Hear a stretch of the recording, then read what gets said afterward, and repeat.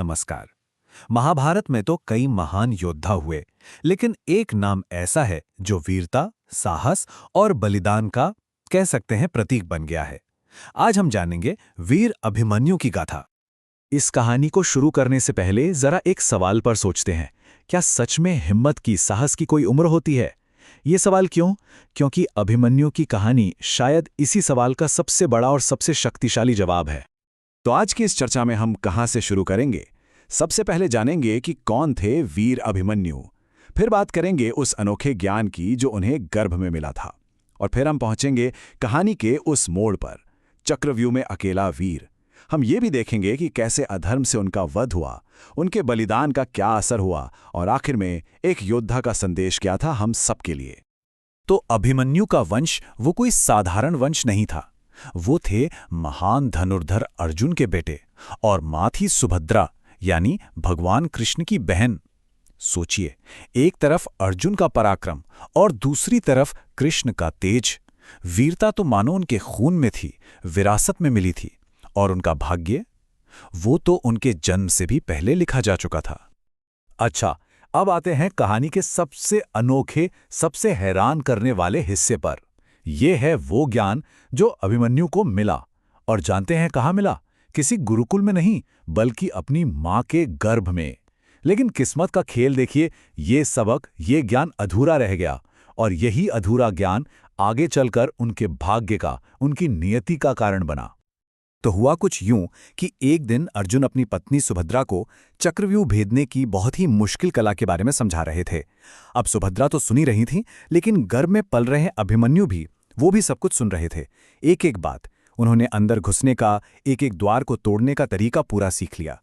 लेकिन ठीक जैसे ही अर्जुन चक्रव्यूह से बाहर निकलने का तरीका बताने वाले थे, सुभद्रा को नींद आ गई। और बस वहीं पर वो ज्ञान, वो सबसे जरूरी हिस्सा अधूरा रह गया। चलिए अब कहानी को आगे बढ़ाते हैं। समय है महाभारत युद्ध का 13वां दिन। कौरवों ने एक ऐसी चाल चली, एक ऐसी सैन्य रचना बनाई जिसे भेदना लगभग नामुमकिन था, चक्रव्यूह। और उनकी चाल कामयाब रही, क्योंकि पांडवों की तरफ से सिर्फ अर्जुन ही इसे भेदना जानते थे, और उन्हें युद्ध में कहीं और बहुत दूर फंसा दिया गया था।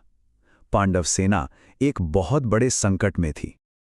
और ऐसे मुश्किल समय में, इस बड़े संकट के बीच, जानते हैं कौन सा योद्धा आगे आया? एक किशोर, जिसकी उम्र थी सिर्फ 16 साल। जी हां, सिर्फ 16 साल। सोचिए, एक 16 साल का लड़का जिसके कंधों पर पूरी पांडव सेना की उम्मीदों का बोझ आ गया था। जब सब बड़े बड़े योद्धा दुविधा में थे, तब युवा अभिमन्यु ने बिना किसी डर के, बड़े आत्मविश्वास से कहा, मैं चक्रव्यूह में प्रवेश कर सकता हूं। अगर आप सब मेरे पीछे पीछे आते रहे तो मैं रास्ता बनाता जाऊंगा।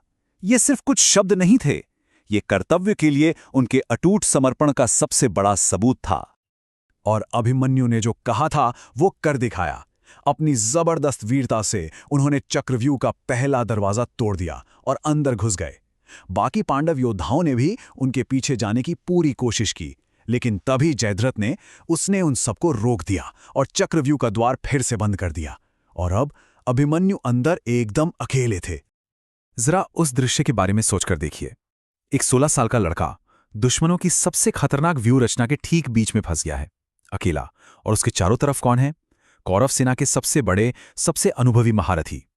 एक अकेला योद्धा और सामने अनगिनत दुश्मन। और ये दुश्मन भी कोई आम सैनिक नहीं थे। सामने थे पितामह भीष्म, गुरु द्रोणाचार्य, कर्ण, अश्वत्थामा, मतलब कौरव सेना के सारे दिग्गज। सोचिए, ये वही लोग थे, वही गुरु और रिश्तेदार थे जिनके सामने अभिमन्यु सम्मान से सिर झुकाता था। और आज उन्हीं से लड़ना पड़ रहा था। ये महारथी भी जानते थे कि ये अधर्म हो रहा है, पर वो सभी अपनी अपनी प्रतिज्ञाओं में बंधे हुए थे। पर क्या अभिमन्यु डरे? बिल्कुल नहीं। अकेले ही उस शेर ने कौरव सेना में ऐसा हाहाकार मचाया कि बड़े बड़े महारथी भी दंग रह गए। उनके बाणों की बौछार ने दुर्योधन के बेटे लक्ष्मण का वध कर दिया। कर्ण जैसे योद्धा को कई बार पीछे हटना पड़ा, और न जाने कितने रथों को उन्होंने तोड़कर रख दिया। ऐसा लग रहा था मानो स्वयं अर्जुन रणभूमि में उतर आए हों।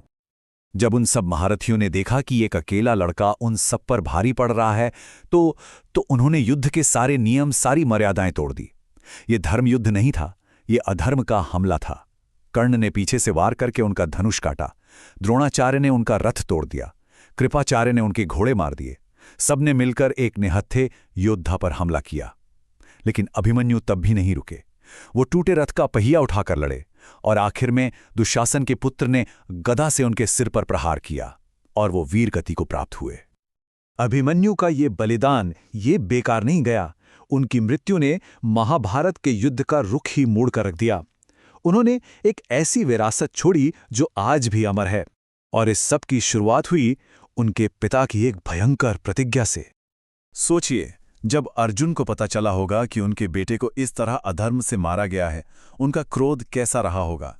उन्होंने उसी पल प्रतिज्ञा ली, कल सूर्यास्त तक मैं जयद्रथ का वध अवश्य करूंगा। और बस इसी एक प्रतिज्ञा ने महाभारत के अगले दिन को युद्ध के सबसे विनाशकारी दिनों में से एक बना दिया।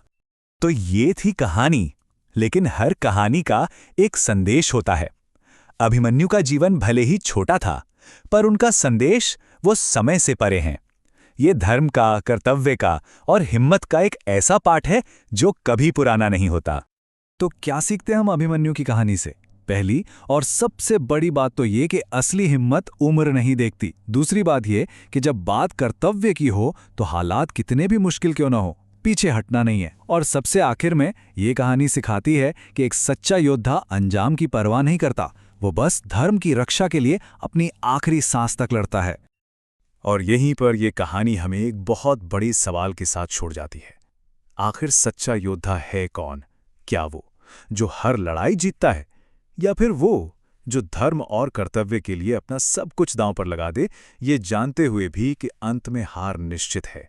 अभिमन्यु की ये गाथा हमें इसी सवाल पर सोचने को मजबूर करती है।